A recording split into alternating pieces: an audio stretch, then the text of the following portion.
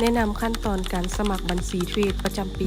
2026 ซึ่งแพลตฟอร์มที่นุชใช้จะเป็นแพลตฟอร์มของ XR Trade ขั้นตอนแรกให้เราคลิกลิงก์สมัครเข้าไปเลยหรือใครยังบ่ทันมีลิงก์สามารถคลิกหน้าโปรไฟล์ TikTok นุชได้เลยสำหรับหน้าต่างนี้แม่ให้เราป้อนข้อมูลส่วนตัวของเราเข้าไปห้องทำอิฐจะเป็นการป้อน Gmail ห้องที่2และห้องที่3ก็คือการสร้างรหัสผ่านซึ่งตัวนี้แม่นเราจะต้องได้สร้างเองหลังจากป้อนข้อมูลสำเร็จแล้วให้เราติ๊กว่าค่อยยอมรับว่าค่อยอายุ18 ปีขึ้นไปหลังจากนั้นกดลงทะเบียนได้เลยขั้นตอนนี้จะเป็นขั้นตอนการยืนยัน Gmail ให้เราเข้าไปที่แอป Gmail ให้เรารีเฟรชเพื่อกดเบิ่งข้อความและนี่ก็จะเป็นข้อความของ XR Trade คลิกเข้าไปเลยหลังจากนั้นให้เรากด Activate Now เพื่อยืนยันว่า Gmail นี้เป็นของเราแท้เพียงเท่านี้ก็ถือว่าสำเร็จในขั้นตอนการสมัครบัญชีเทรดหรือเปิดบัญชีเทรดกับ XR Trade ขั้นตอนต่อไปจะเป็นวิธีการสร้างรหัส2ชั้นหรือรหัส 2FA ให้กับบัญชีเทรดเดี๋ยวนุชจะมาแนะนำขั้นตอนการเปลี่ยนภาษาให้คลิกมาที่3ขีดหลังจากนั้นคลิกเข้าไปที่ Setting ให้เราเลือกเปลี่ยนเป็นภาษาไทยทีนี้เราจะมาขั้นตอนการสร้าง 2FA คลิกเข้าไปที่โปรไฟล์แล้วให้เราเลื่อนลงมาหน่อยนึงจะเห็นกับรหัส 2FA ให้เรากดเปิดได้เลยขั้นตอนนี้สำคัญหลายเนาะสำหรับห้องทำอิฐแม่ให้เราใส่รหัสผ่านที่เราล็อกอินหรือรหัสผ่านที่เราตั้งใน XR Trade กลับมาขั้นตอนนี้แม่ให้เราไปดาวน์โหลดแอป Outtrend แล้วให้เราเข้าไปที่แอป Outtrend หลังจากนั้นให้เราคลิกไปที่หมายบวกเราสามารถเลือกเป็นป้อนคีย์การตั้งค่าหรือสแกนก็ได้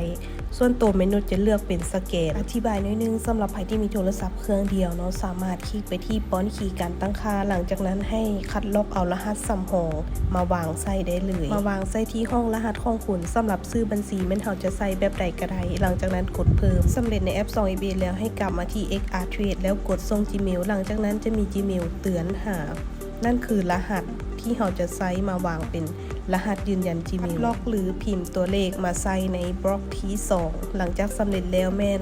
ห้องที่3แม่นให้เราพิมพ์รหัส 2FA ใส่ในแอป 2FA หลังจากสำเร็จขั้นตอนนี้กดเปิดใช้งานได้เลยเพียงสำนี้ก็ถือว่าสำเร็จในขั้นตอนการเปิด 2FA หรือสร้างรหัส 2FA แนะนำขั้นตอนการเปิดรหัสธุรกรรมหรือสร้างรหัสธุรกรรมเพื่อใช้ในการถอนเงินทุกๆครั้งให้เราคลิกไปที่เปิดรหัสธุรกรรมขั้นตอนนี้ให้เราป้อนข้อมูลส่วนตัวของเราเข้าไปบล็อกทำอิฐจะเป็นการสร้างรหัสผ่านหรือการใส่รหัสล็อกอินเข้า XR Trade ของเราและทีนี้ให้เรามาเบิ่งในห้องที่3และห้องที่4นี้จะเป็นการ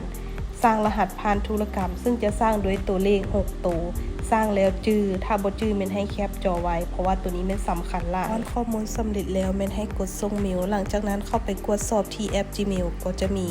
ข้อความเตือนมาหาแล้วให้เราคลิกไปที่ข้อความของ XR หลังจากนั้นให้เราคัดลอกเอาข้อความไปวางใส่ในรหัสยืนยัน Gmail